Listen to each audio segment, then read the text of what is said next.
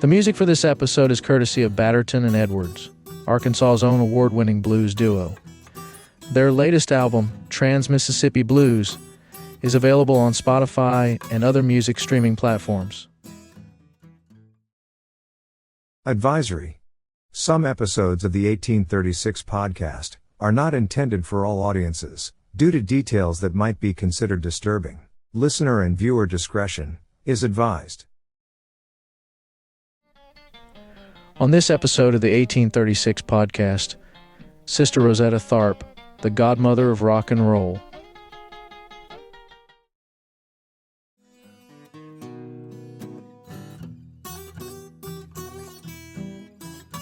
Sister Rosetta Tharpe, born Rosetta Newben on March 20th, 1915, in Cotton Plant, Arkansas, grew up in a deeply religious environment, surrounded by music and the realities of cotton farming. Her mother, Katie Bell Newben, was a talented singer, mandolin player, and deaconess missionary for the Church of God in Christ. This rich spiritual and musical upbringing greatly influenced Rosetta's own talents. From a young age, she sang and played the guitar in church, with gospel music serving as the core of her artistic expression. By the age of 6, Rosetta was already recognized as a musical prodigy, performing as Little Rosetta Newben with her mother in a traveling evangelical troupe. They toured the South, captivating audiences by blending sermons with gospel music at churches and religious gatherings. In the mid-1920s, the family relocated to Chicago, where the city's vibrant jazz and blues scene began to influence Rosetta's style.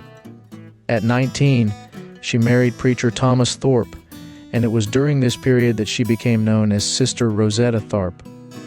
With Thorpe's support, she continued to perform at religious events, but their marriage was short-lived. After their separation in 1938, Rosetta retained the name Tharpe and moved to New York City with her mother, marking a pivotal point in her musical career. In New York, Rosetta Tharpe began to fuse gospel, jazz, and blues, a combination that would propel her to stardom and pave the way for her meteoric rise in the music world. Once in New York, Tharpe quickly established herself as a pioneering force in the music scene by merging gospel with jazz and blues, an innovative yet contentious combination. At just 23, she joined the esteemed Cotton Club Revue, performing primarily for white audiences. That same year, she signed with Decca Records and released her first singles, including the groundbreaking Rock Me, which blended gospel with the emerging sound of rock and roll. While this shocked some in the gospel community, it signaled the start of her lasting influence on modern music. Tharpe's career flourished throughout the 1940s, marked by significant collaborations and landmark performances. She worked alongside legends like Duke Ellington and Cab Calloway, gracing renowned venues such as the Apollo Theater and Carnegie Hall's famous Spirituals to Swing concert. Her electrifying performances, combined with her innovative guitar style, captivated audiences and solidified her status as a trailblazer in both gospel and popular music. In 1941, Tharpe joined Lucky Millender's swing band, touring extensively and recording hits like I Want a Tall Skinny Papa. Her ability to effortlessly blend sacred and secular music propelled her into the mainstream, making her one of the first gospel artists to achieve commercial success in secular music. In 1944, she released Strange Things Happening Every Day, the first gospel record to chart on Billboard's Race Records, reaching number 2. Despite facing challenges, including racial discrimination and backlash from conservative religious groups, Tharpe continued to break barriers. Her collaboration with gospel singer Marie Knight in the late 1940s resulted in popular hits like Up Above My Head, further broadening the reach of gospel music and inspiring a generation of musicians. By the late 1940s, Tharpe's popularity began to wane, particularly as Mahalia Jackson rose to prominence in the gospel scene. However, her impact on the emergence of rock and roll remained undeniable.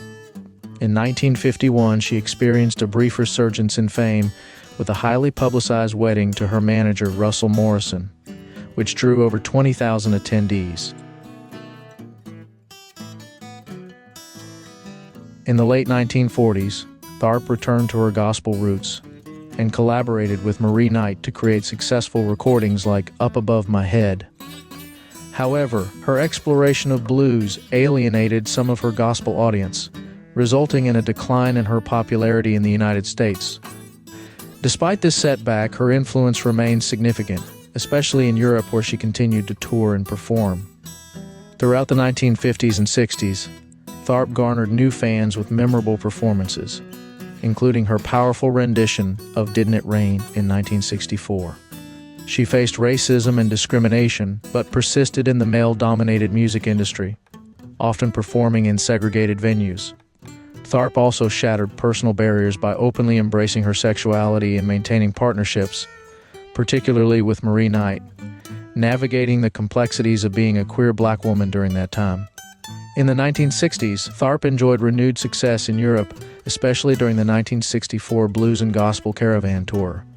Although health issues, particularly diabetes, began to affect her in the 1970s, Tharpe continued to perform until her death on October 9, 1973, in Philadelphia.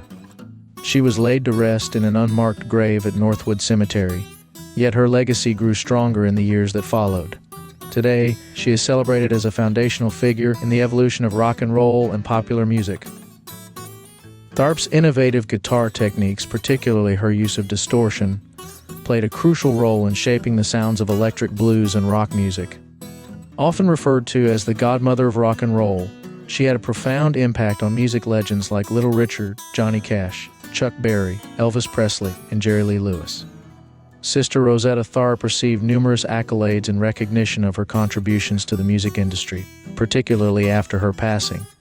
In 1964, she was inducted into the Gospel Music Hall of Fame, highlighting her profound influence on gospel music.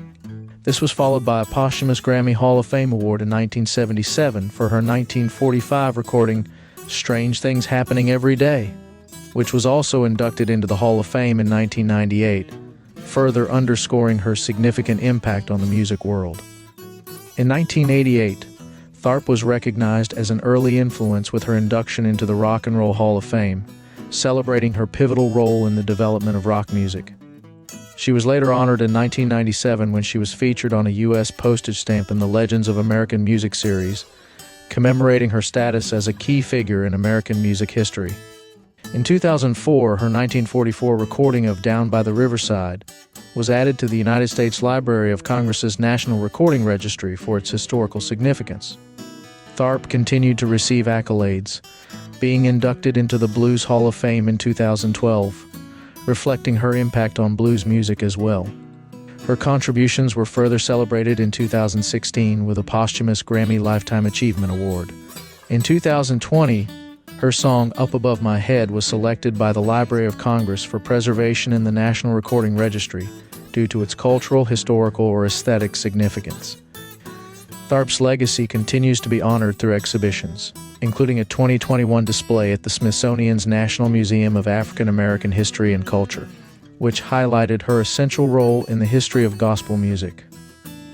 She has also been mentioned and recognized in various musical histories and retrospectives, frequently cited as an influence by rock, pop, and gospel artists. Sister Rosetta Tharpe's groundbreaking contributions to music have inspired countless musicians and fans. Her distinctive fusion of genres, pioneering guitar work, and ability to overcome social and personal challenges have established her as a true trailblazer. Though she was underappreciated during her lifetime, her immense impact on rock and roll and popular music is now universally acknowledged, securing her place as the Godmother of rock and roll, an enduring icon in music history.